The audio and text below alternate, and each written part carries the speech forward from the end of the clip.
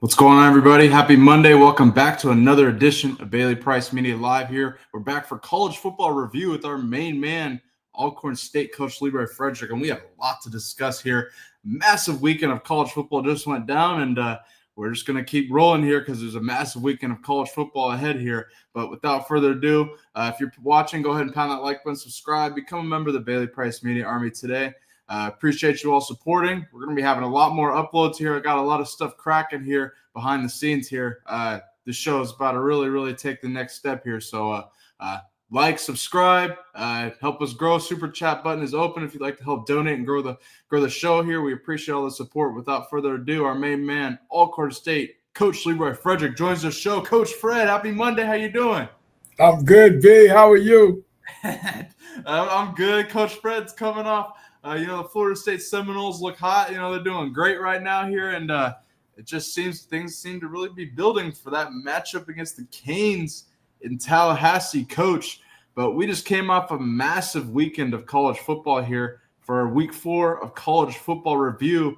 Coach Fred, let me ask you right at the gate, are the Miami Hurricanes the best team in the country right now? Because I think they certainly have all the intangibles to be the best team here. Offensive line, defense looks like night and day from last year. Run game seems to really be working out well, and Carson Beck is playing well with his receivers, Malachi Tony, CJ Daniels, and others. But do you think the Canes are the best team in the country right now, Coach? No, they're up there, but I don't think they're number one. I don't think they're the best team in the country, Bailey. Florida had some opportunities in the second half to take control of that game and win that game, and they kind of squandered them, in the third quarter there. But make no bones about it, they're better.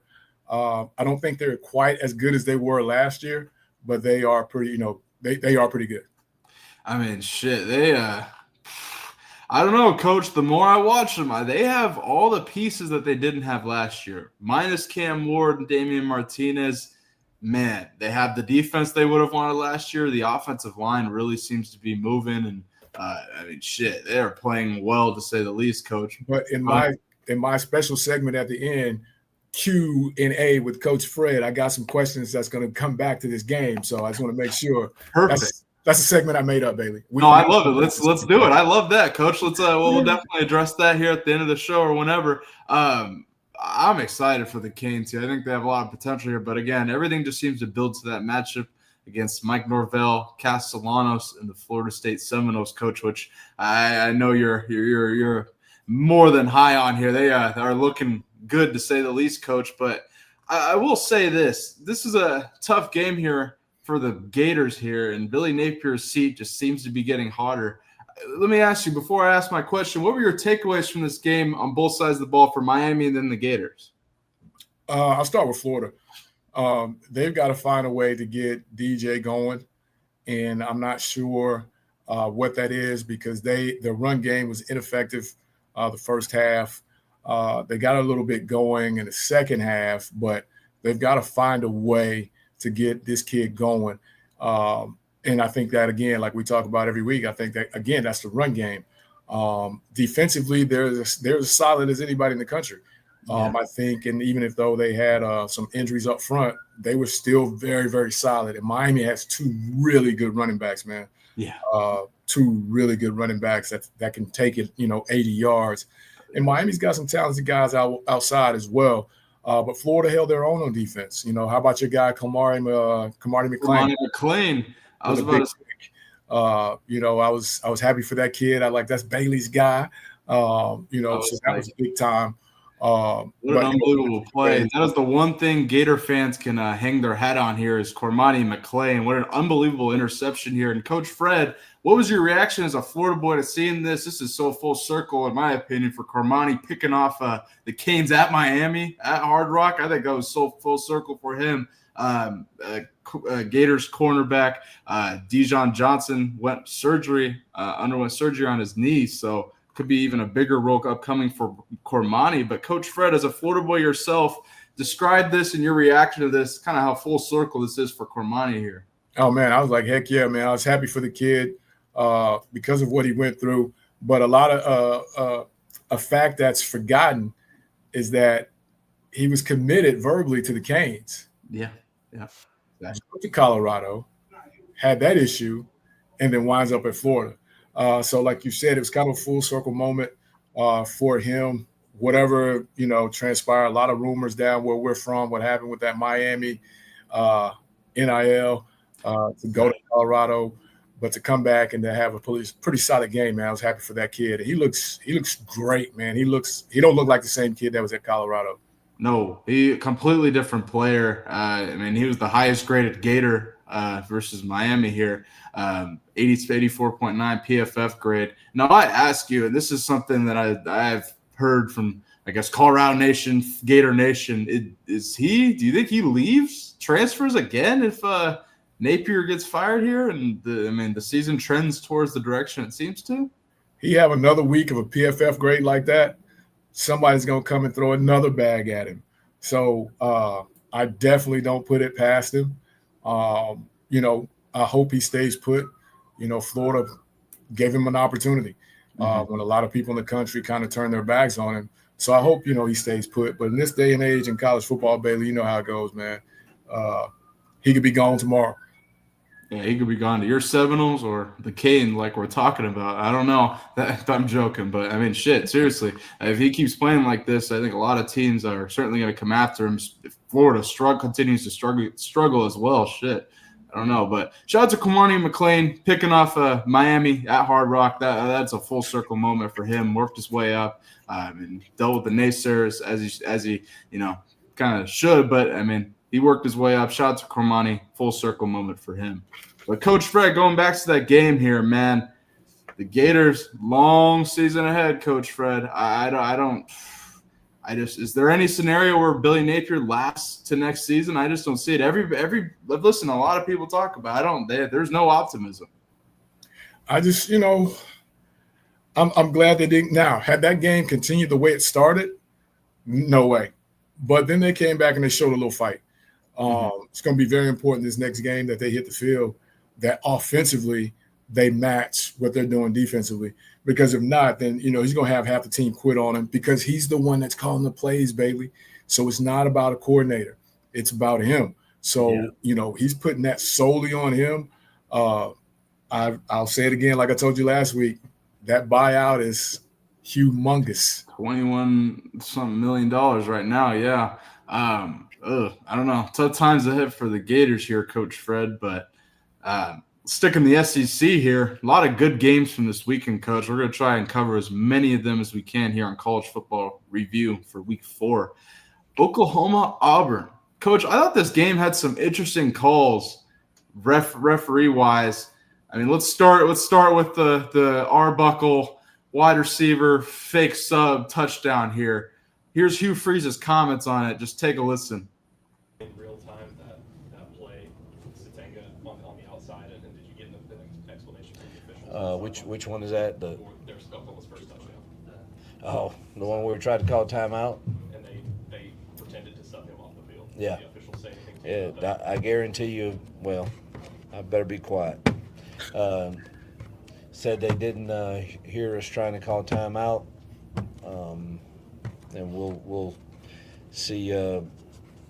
We were instructed all off season about deception plays and things, so we'll see what's said. I really don't know what will be said about that.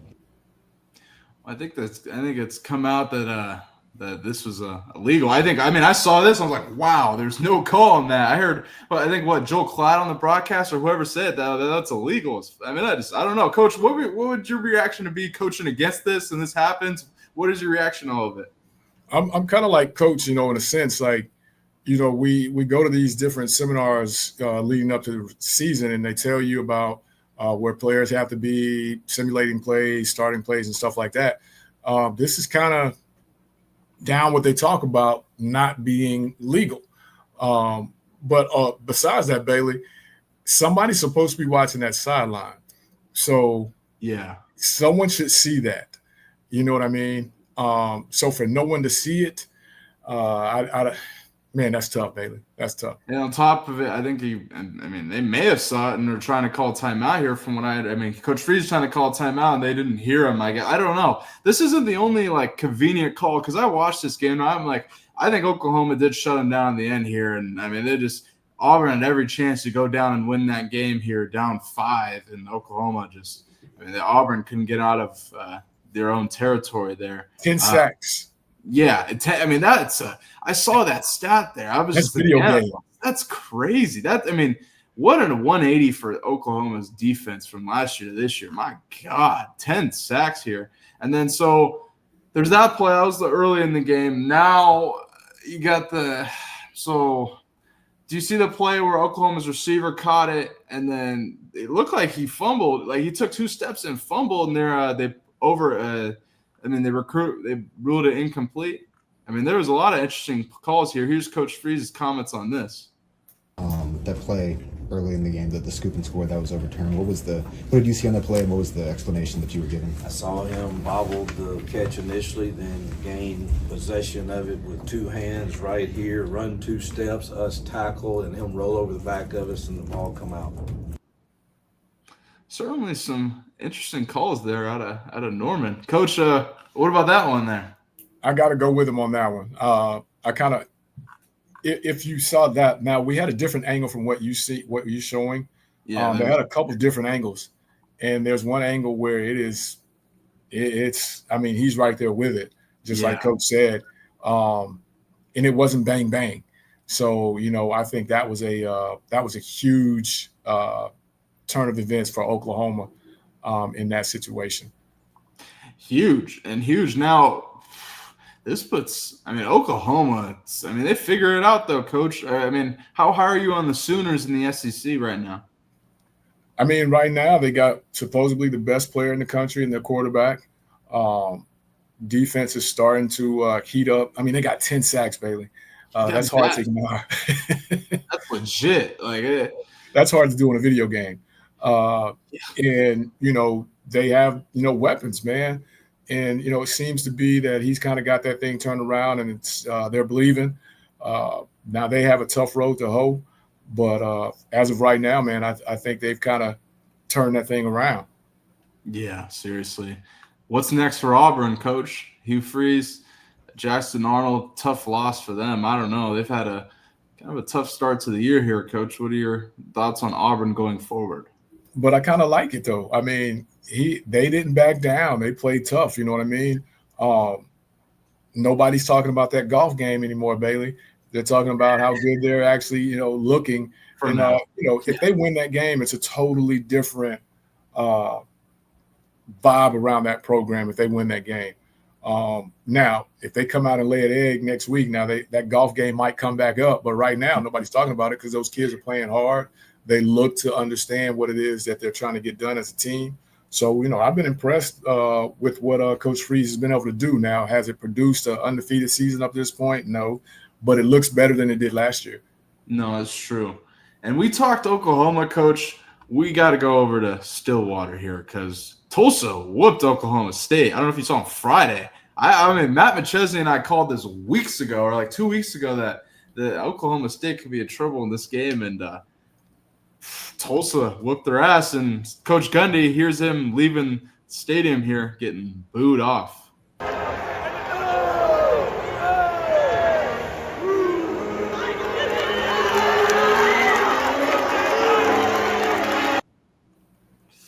I don't know. Things could get ugly for Coach Gundy quick. Coach Fred, what do you I think he resigns. I just don't know how they fire him. I think it's going to be like a forced resignation. I don't know. I just don't know how you fire somebody who's been there for so long, done so much for the school, and is an alumni.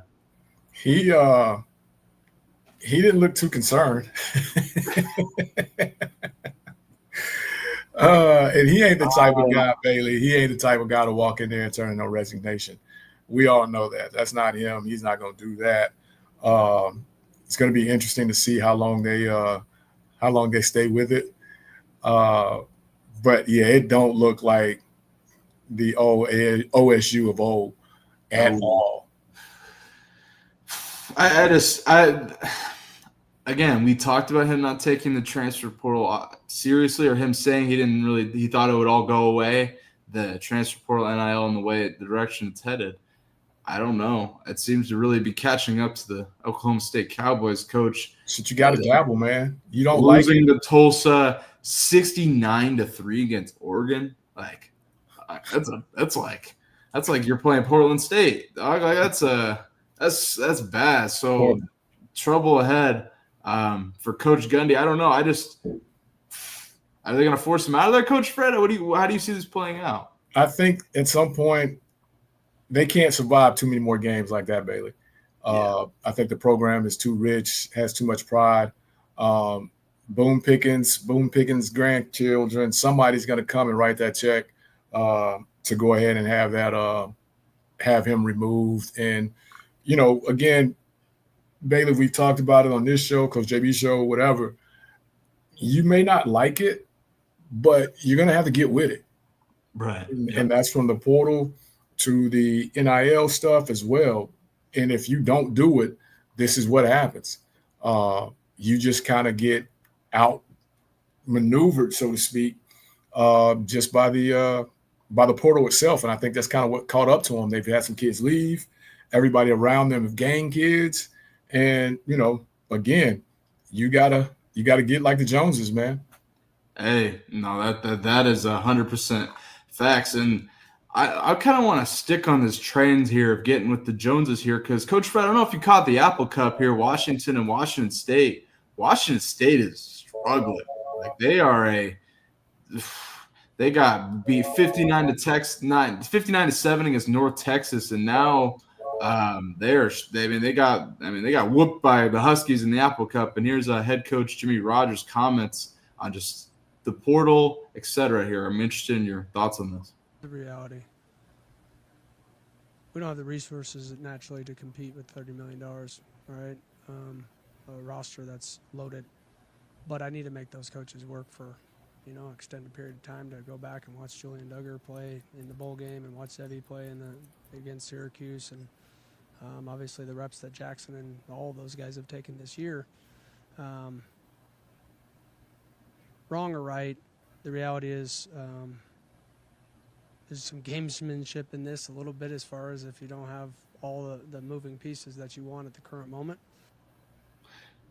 Coach, you're an active Division I coach. What is your reaction hearing this from Washington State? I grew up in the state of Washington, grew up a Husky, but they've really taken a negative turn. It's tough to hear, man. But again, we're talking about Washington State. We're not talking about Mississippi Valley State, right? Yeah. At some point in time, somebody's got to just say, hey, this is what we got to do to compete. Now, no one's telling you to go out and spend $20 million like Ohio State did or anything like that, but you got to invest in it. If this is going to be your deal, you got to invest in it. And right now, this just happens to be what the investments are. You've got to invest in the portal. You got to invest in quarterback. You got to invest in some guys up front to give yourself a chance. And, I hate it. But this is what it's come down to, because even if you're at Washington State and let's say you go get a class of all high school freshmen, well, when they come sophomores, guess what? Somebody's coming to get them. So you're never going to have the chance to develop like you used to. So you've got to find a way to keep those kids there. You've got to find a way to go get other kids to come there. And, it's just the way of college football right now. Hopefully it changes back, but I don't know if that happens anytime soon, Baylor. Me neither. it's interesting the just how the Pac-12. I grew up such a Pac-12 guy, and it is all falling apart. It is a completely different. I mean, Washington State's bad. Oregon State is horrible too. It just is so I can't believe it. They're not. I mean, they're gonna go be in the new Mountain West Pac-12, whatever the fuck it's gonna become. It's just unbelievable how much Washington State's fallen off the cliff here. Let's go around college football here, Coach. Let's go back to the ACC here, and let's go to Central Florida, North Carolina. Why is Jordan Hudson on the sideline here, Coach? What's up with all this? What's up with all this here? See Coach Belichick and some Jordan 3s there. Clean J's there. But I just this again, we keep seeing this, and then they get their ass whipped by Central Florida and Scott Frost, who has won 16 straight games at UCF. So I don't know, good for them. But what's going on with this, Coach? Is this a problem at this point? Like what? I don't know. I mean, maybe that's that last good luck, baby kind of thing. I've seen some memes where it's like she was asking for concession stand money. Yeah, so stupid. I don't, the only issue I have with it, Bailey, is the outfit. The outfit doesn't scream football game. Oh no. It are you talking about well, and I think that brings the negative vibe or attention to it, because you're at a football game in Orlando, Florida in September in knee-high leather boots. Come on, Bailey. Yeah, I mean, come on, Bailey. What we doing, dog? Come on now. We're wanting this. Now, he may not be wanting this, but she's wanting this attention, man, and I think it's bad for him.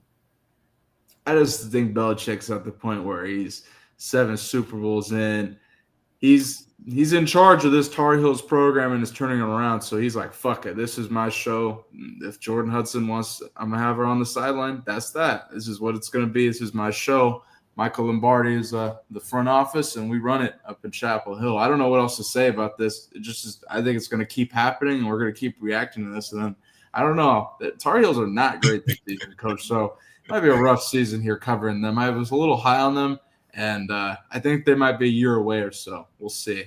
See how Gio develops in that system. If they get some more pieces around him, I don't know. They might need another year to turn that program around. And we might see a jump in year 2, I would expect, Coach, hopefully.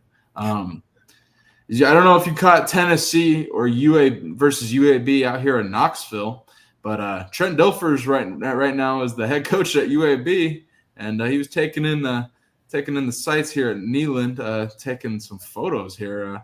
I'm trying to understand here. I don't know if you saw this, Coach. Coach Dilfer taking in the sights at Neyland Stadium here in the middle of the game, by the way. This is in the middle of the game, so I don't know. What are your thoughts here? See, I've heard a couple of different conflicting stories about this, Bailey. So I heard that his daughter is was expecting at any moment.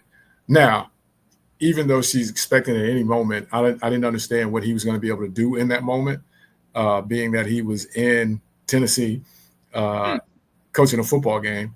Okay. And then this exact pose right there, trying to get a signal to make sure he doesn't miss the call, trying to get his text to go through. So that's just what I heard in the football world.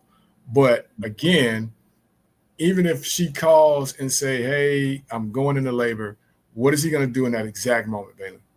What can he do? Oh, I have no idea, Coach. Nothing. I mean, very little. So the optics is just support. horrible. The optics are bad, Coach. I mean, it's man, UAB looked good a season or 2 ago. Now his first season, the wheels have fallen off ever since. Yeah. I don't know. One coach that I am really high on, though, Coach, is Fran Brown. They had an unbelievable win against Clemson, taking them out in Death Valley. And last week, Coach, he commented on schools trying to poach his players over at Syracuse, and he had an unbelievable response that I think you're going to like. Take a listen. With guys getting poached, I don't even care, bro. Dudes be trying to push up on my wife. She bad. It's just the game, right? Yeah. That's what they do. I don't care, but like, don't let me find out, and then I see you, cause I ain't no bitch. Yeah. But you take it that personal if like a school comes in and gets a guy? But like, I'm gonna come at you, like, yo, Right. what's up, yo? Like, Yeah. all right, well, I'm gonna see you, right? Yeah. There's a couple dudes I called, and they try, hey, lose my line. You better, like, Dang. man, shut up. Hey, Fran Brown also was like came out with 17-point underdogs, and I mean, they fucking showed Clemson. Clemson is, but Coach, how do you feel about Fran Brown after his victory against Clemson? Man, I love it. I don't know if you got a chance to see this game, Bailey, but if his quarterback doesn't go down, it's worse. You know, yeah, 100%. Yeah, it's worse. But I love the underdog in that 17 points, and could have really doubled up. Again, like I said, if the quarterback doesn't go down.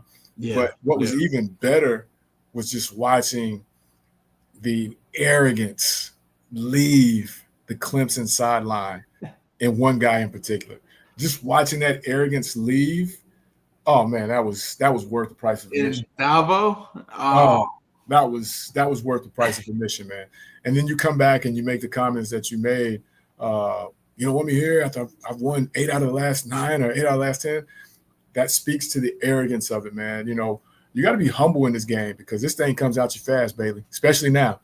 This thing comes at you fast. What's next for Dabo Swinney and Clemson, Coach? Like, I mean, they're not going to get rid of. I mean, they're not. I mean, they're just fine. I think they could still win out potentially. It's just they got to turn some things around. Klubnik, I don't know. He is struggling to say the least of this play. I don't know. What's next for Clemson? He's another one with a huge buyout. I mean, he's done too much right now at this point to be ran out of town. You know what I mean? But I think they're another program that did not want the transfer portal and the NIL to turn into what it's turned into. But they're going to have to, turn their sights to that as well, because no longer can you go and get those number one recruiting classes like they did for so many years and watch those guys come up, because now it's not about the recruiting class. It's about the NIL class now, especially at that level. Facts. Well said. Well said, Coach. Interesting. Let's move forward here. They got a lot more to dive into, but let's go to the HBCU front here, as we kind of covered Deshaun Jackson when he was hired at Delaware State. And let me just say, he has turned that program around, at least to say the least. Gets a win against St. Francis, first 3-game winning streak for Delaware State since 2012. Coach Fred, as an active D1 HBCU coach, what is your reaction to seeing this? Bailey, I mean, I'm happy for him. Not going to hate, not going to rain on it. But, in our sector, in FCS football, everyone's talking about give him the Virginia Tech job and all this kind of stuff. Yeah. It's just like, wait a minute. St. Francis is what? D3? Okay, calm down. Let's get to conference play, and then we'll see what happens with him. But he's doing a great job. But I think the optics on the outside is getting a little bit out of hand, man. A little bit out of hand. Oh, I can only imagine social media. I mean, yeah, I don't – yeah. Him being considered for Virginia Tech, that's quite the jump there. I mean, he's coached 3 college games, guys. Fuck. Yeah. And St. Francis will not be on Virginia Tech's schedule, just so you know. Oh, no, not at all. Okay. So that's exactly, Coach. But I mean, shout out to him. Delaware State, I mean, they fucking what? I mean, he's struggling. Program. He turned him around. I mean, that's a good start. Now, like you mentioned, conference. Looks like that Florida State scheduling. Great job of scheduling Delaware State. Great job. Great freaking job. Coach Fred, gotta love it here. Shout out to Deshaun Jackson. They'll turn around Delaware State. We'll see how they look getting into conference play. Coach, let's talk Colorado. Colorado took out Wyoming at Folsom Field. We got to see Ralphie the 7th run, and actually Ralphie likes to run now, so that's a good thing for the Buffaloes here. Every time Ralphie seems to run, they seem to do well here. Caden Salter took over our quarterback for Colorado, seemed to really get it done here. Sincere Brown and Marion Miller on the outside are two dynamic targets for Caden Salter. I mean, him in the run game, he's really, really effective as well. Coach, did you get a chance to catch this game late at night? It was 10:15 Eastern kickoff. I was up till 1 watching this game, but did you get a chance to catch CU? Yeah, I didn't get to finish it. It finished me, but up into that part, I think you called it. I think Matt called it. That kid gives you the best chance to win just because of experience, and then he can do it both with his arm and his leg. I think you've got to cut it loose. You've got to just say, hey, you're the guy, and just let him go, and then just live with what happens. There was times in that game, and you tell me if I'm wrong, B, but I think there was times in that game when you could tell that he was really overthinking the moment. Should I run? Should I not? Should I run? Should I not? Mm-hmm. And then, try to make something happen as to where if he's the guy that he was at Liberty, I think 300 yards, I think he's better than that. I think he's probably 350 plus whatever on the ground, 100, 2 tugs or whatever. But he's got to cut it loose, and I guess he's really got to stop hearing the outside noise from the sideline is what I'm thinking, because I'm thinking he's hearing that, and he's so scared to mess up that he tends to not drive the ball, or he tends to overthrow it, trying to make everything a perfect play. And then my thing to him would be, man, KS, just go play ball, baby. You've done this before, man, and when you do it, you're pretty freaking good. Hey, yeah, 100%. And part of that scene, I think he had to shake off some rust and sitting for a game, and I don't know. Mostly it's confidence, in my opinion. Having to be pulled, I don't really think he played his way out of the starting job at all. I just thought that Ryan Staub looked better than him in the Delaware game. And, it's the outside media pressure and Coach Prime. Yeah, that was all Coach Prime on the quarterback thing. That was at Shermer. So I'm glad that he's back out there. I think he's going to look – he's certainly got a test against BYU, but I think if he can get confident, right, and like you mentioned, make some of those layups – I think he can certainly look better against BYU. It's going to be interesting to see how Colorado's defense goes up against BYU, because, boy, Coach Fred, let me tell you something. Colorado's defense is the key to their success this season going forward, because against Wyoming, great win. Caden Salter looked great. Offensively, they look pretty damn good. Defensively, though, you gave up 6.6 yards a carry here. They got to solve their issues defensively here. Colorado defense is the key to their success, I believe, the rest of the season, Coach, especially in that defensive line here, the 3 technique play. They got McNeil there, and he made a couple plays early. I didn't really do much the rest of the game, but I'm excited to see when they get Lightfoot back, the Fresno State D-line transfer. But, Coach, Colorado defensively got to figure it out. When they played Delaware, total yards, they were right there. Delaware had just as many yards as Colorado. Houston ran all over Colorado with Dean Connors. Again, run game here. They got to stop the run game. Defensively, Colorado's got to stop the run. Coach, what are your thoughts on Colorado's defense against Wyoming and then going forward for their season? Because I think it's the key to their success. I think what's going on now, Bailey, is people have seen the blueprint. They've got the thing to beat them, and that's run the ball. That was a true freshman they just faced with the Wyoming team, and he ran the ball pretty good all night up until the game started. To carry, really well. In Houston, we know what they did. Delaware, we know what they did. So, run the ball at them. They've got to figure out a way to stop people from doing that, because at the end of the day, if they can gas you for 6.5 every time they run it, why would you do anything else, right? And, until you can show that you got an answer for that, that's what people are going to do. So they've got to fix that box area, and they've got to learn. They got to figure out a way to cut off that run. 100%. And they, let me just say this, they're missing Nakai Hill-Green right now, inside backer position. I like the kid French, the Memphis product, but, man, they missed Nakai Hill-Green, who was their inside backer last year. Coach Fred had an unbelievable season, ended up transferring to Alabama. I don't know if he's starting over there, but, man, do they miss him at that inside backer spot, because they could really use him and some better three technique play, specifically where Big Matt played, because I think that's the key to their success. Like I've been mentioning, getting the kid Lightfoot, I think getting him back off injury and seeing what he can do for the Buffaloes might do wonders here, but we'll see. McNeil, Played better, I will say, though. Good, but it's also Wyoming, so I got to see it against BYU.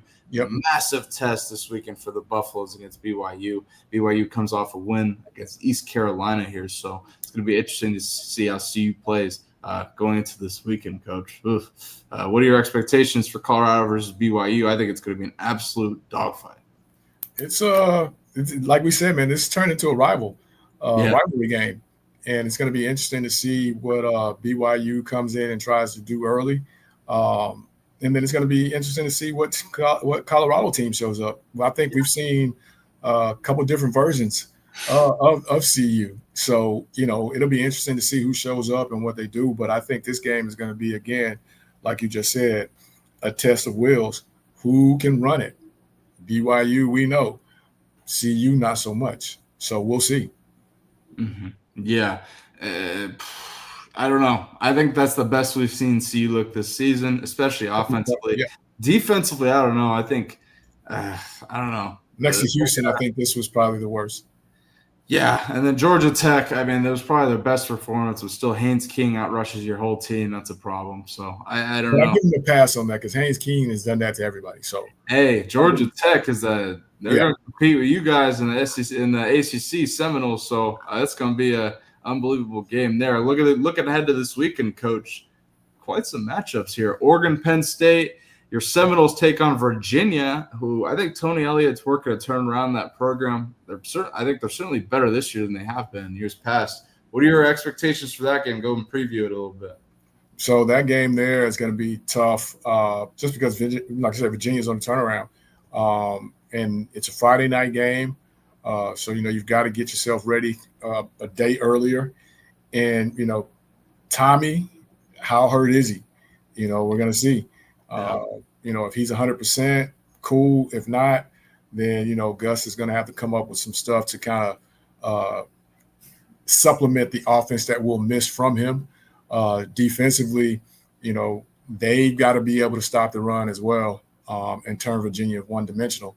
But the game that I'm really, most interested in, man, is the one up top, Oregon, Penn State. Oregon's put up some unbelievable numbers this season early on. Will that continue?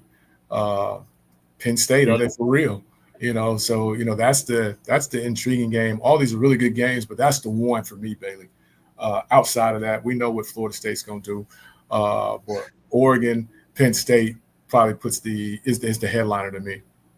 Tennessee and Florida State are in the same position. I mean, they're playing teams that are up and coming and turnarounds in conference, sneaky.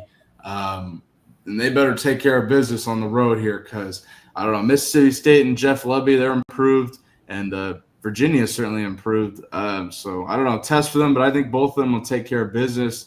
Alabama and Georgia is going to be an unbelievable matchup. I think Alabama has all the keys to win this game here. If Ty Simpson plays well enough, and Alabama can play more, stout defensively here. I don't know. It's all about can they shut down Gunnar Stockton and stop the run. What are your expectations for that game, Coach Fred, going into this week? Man, Kirby's going to try to take him out. I think he's going to try to take him out early. But, Bama, he can't get boat raced, Bailey. If he get boat raced in this game, man, it might be plastic collection plate. Let's see if we can't get this buyout money. If he gets boat raced by Georgia, it could be it could get hotter in Tuscaloosa on Coach. I think by the fans, I don't know. I think they're gonna have patience with DeBoer. I don't know why Bama fans are impatient with reason, I suppose, because of Saban. But DeBoer is a winner. I just think he needs a win to get them back on the map here, and this is they've got to look better. Yeah, they do, and they've kind of had a couple games to refresh here and feel better. Great win against Wisconsin, and now they got to take care of business against Georgia. The Ohio State goes up to UW here to take on the Huskies, a Husky stadium out on Lake Washington on the water there. I don't know, Coach. The Huskies look good offensively. Damon Williams is a great player, great quarterback for the Huskies, but defensively, I don't know. They got some issues to solve. Gave up some interesting plays against Washington State. I was surprised seeing there. But any interest in that game? What are your thoughts? Ohio State, they've spent a lot of money for this game not to be a worry. But if they go up there and handle business, and I don't know how good Washington's secondary is. Like you said, they gave up some passing yards last week. And we all know who Ohio State has on the outside. So, this game right here to me is really all about Ohio State. And if they don't turn it over, they should be okay in this one. It's weird. This is Washington's regular conference. This is who they play. It don't even feel real. This is what it is now. It's just unbelievable. Illinois takes on SC. Illinois got boat raced by Indiana. My God, boy, did you get a chance to see that game? I was completely wrong about that game. I thought Illinois was going to it was going to be a shootout, and Illinois eventually just pound the rock and take them out. But Indiana points after points. Fernando Mendoza's on fire. What do you? I didn't get a chance to check that game, but I saw the score, and at one point it was like 14-13, and then you looked again, it's like 35-13. Yeah. Like, wait a minute, what happened? But SC, man, SC. This is a big game for them. Can he continue to get them on the up? If they can get this, man, I think he's got a chance to really catch fire the next couple games for SE. Let me say this. We can close out on this, but I don't know. I kind of want to leave it on a cliffhanger. SC has all the momentum in this game. Mayava's playing well. Mm-hmm. I don't know, but Bielema, Altmaier, and Illinois need this badly. They're at home. I don't know. Tough spot for USC to go and travel out there, play them. I don't know, Coach. I think Illinois needs this badly here. Coach Bielema needs this badly, so I don't know. Could this be I'd roll with Illinois here going into it, but we'll discuss this more in the week. But that's going to be an unbelievable matchup. Can't wait to see it. Man, Coach, we're finally here. We're in the middle of the season. I mean, this is the best time of the year, Coach. I mean, great games here and great games this weekend here. How are you feeling about Monday Night Football tonight? Ravens, Lions here. I kind of like the Lions, but I think it's going to be a lot of points either way. Man, I like the Ravens, man. Defensively, I think they are built to get after a pass-happy offense, so to speak. And if they can rattle the QB early, I like the Ravens, man, and they got to have a bounce back. Yeah, I mean, the Ravens need it. The Lions seem to have figured it out. I mean, at least against Caleb Williams and the Bears. Now it's a big test Monday night going up to Baltimore, by the way. That's on the road for the Lions. On grass. Yeah, exactly. I think it's going to be a higher scoring matchup here. The total's at 53.5. I don't know. I could see it being a lot higher score than that. So I don't know, but I like the Lions here.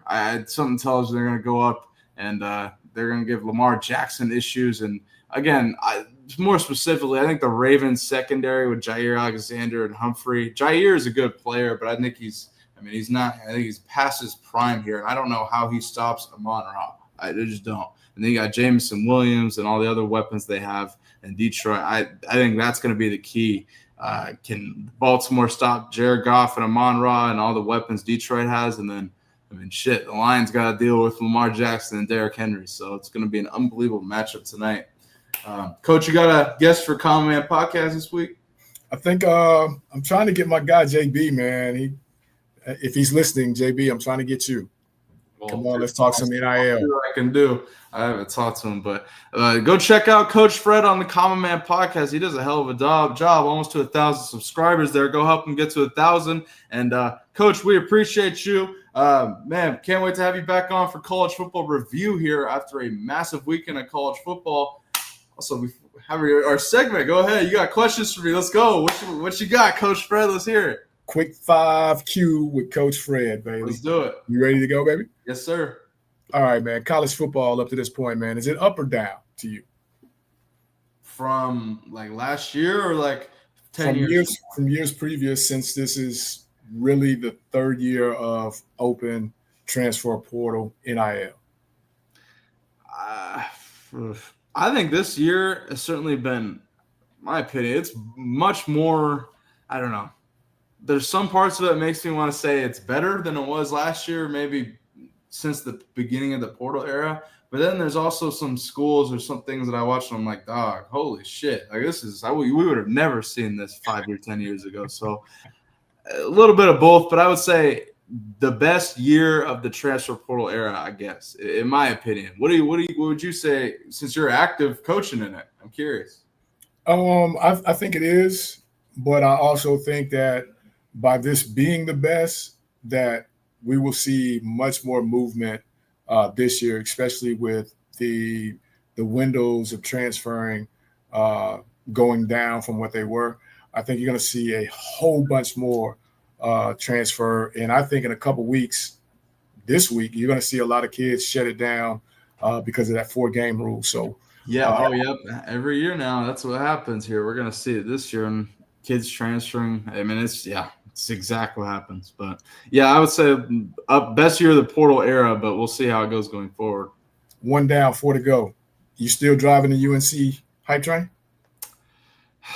Give them a year. They got it. It's like Dion, dog. Like, again, just kind of turning around a program a little bit, getting the momentum there. They had 60 or 70 plus transfers. Lombardi's firing people left and right. I mean, it's going to take them a year. I'm not going to let the Jordan Hudson thing kind of distract the football thing. They need some time because I don't see a lot of NFL talent on the roster right now, and they want to be a professional NFL organization. So I'd say give them a year. Part 2 of that question: do they get to 6 wins? What are they at, 2 right now? Let's pull up their schedule here. Because I think they have a interesting back schedule here. They got Clemson the 2 weeks from now here. I think they have a bye. They're on bye this week. Yep. Go to Cal. Oh, that's so weird. Horrible travel. Cal and it's just out of left field. Host Virginia. Go to Syracuse. Host Stanford. Go to Wake Forest. Host Duke, go to NC State, if that's even going anywhere with the last 3. Duke's playing pretty good. 3, Coach, I don't know. What are they at? They're at 2 wins? Yeah, I don't know. It could be like they're not beating NC State. I like NC State or Duke. Wake Forest is better. I don't know, though. That could be – they could get Wake Forest and Stanford. There's 4. Cal is an interesting quarterback, I will say. Cal is an interesting quarterback. Wilcox got a quarterback there. But I don't know if they beat Cal, especially going all the way to Berkeley. No, I don't. I'd say no. It's tough. No bowling. No bowl game for Bill. Not right now. All right. Just figure it out. No bowl game for Bill. All right. CU. Is it more of the hype that keeps people watching, or is it more of the football? Because right now it's been kind of ugly. It's been okay. It's been ugly. So is it still the hype that brings people to watching CU 11 o'clock Eastern kickoff? It's Dion, dog. Like, I don't know what to say. It's Dion. Like, I mean, this is just what it is. It's Deion Sanders University. So people are watching Deion Sanders University. They want to see, is he going to succeed or fail here? Especially with all the stuff that's on the line here, quarterback system, or all the question marks. If Colorado was either struggling or rolling, I don't think the eyes would be as big as they were against Wyoming, specifically this game, because they had Ralphie, there was so many eyes in that game specifically for a couple different reasons. A lot of question marks, quarterback-wise, run game-wise, but no, I think it's Deion Sanders ultimately. That's still, to this point, is why people watch. The hype, no doubt. In the last 2, we kind of hit on. Wait, sorry. Let me go back to that. And this is not a knock to loyal Buff fans. There's a ton of loyal Buff fans that have been there and done that. You're talking about, average fans aren't going to watch the Colorado game at 10 p.m. Eastern, but now they are. You know what I'm saying? It's a little bit different. So I'm saying that effect is from Deion. But shout out to all the Buff, Buffs Nation here, loyal, longtime alumni, et cetera. Keep supporting us, no doubt. Keep supporting us.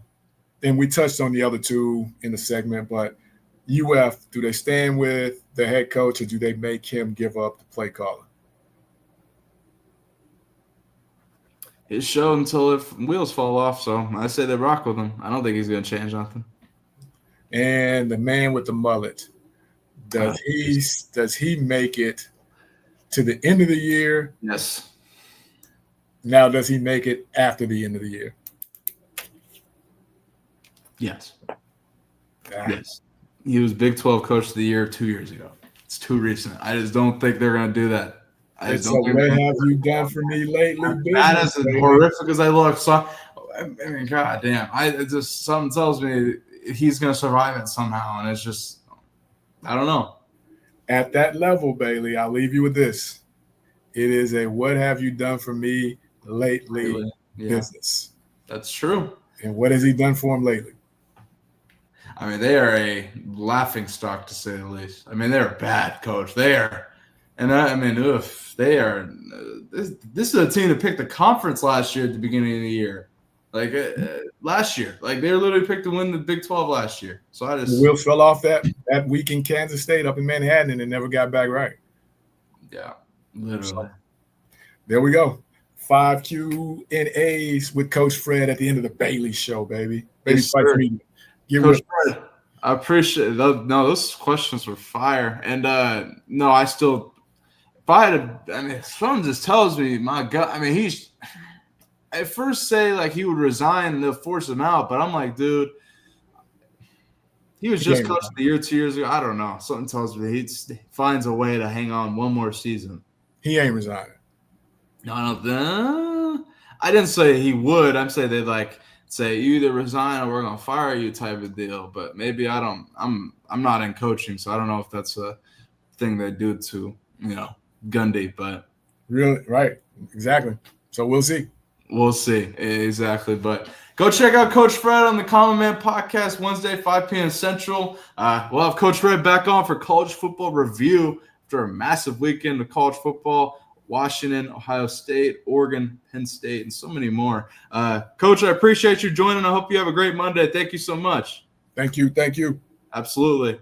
Shout out to Alcorn State Coach Leroy Frederick joining the show for College Football Review, Week 4 edition here. Can't wait for College Football Review next week because, man, there's a massive weekend of college football ahead, so stay tuned for that. I'll be live here this week periodically. Got a couple episodes coming out, a lot of new projects and different things working behind the scenes here for Bailey Price Media Live, so stay tuned for that. I'm kind of working through guests, etc. So a lot of stuff cracking here for the channel. I appreciate all you guys, Luciano, Eric, Daniel Loomis in the chat here. Shout out to you guys for tuning in, and tune in tomorrow here, same time, 4 p.m. Eastern, for something new here. I appreciate you guys supporting, and I hope you enjoy your Monday. Enjoy Monday Night Football, Ravens, Lions. We'll see if Lions are whoop smash against the Ravens. That's my prediction, but either way, I think it's going to be a high-scoring game. Enjoy your Monday, folks. I'll see you tomorrow. Peace.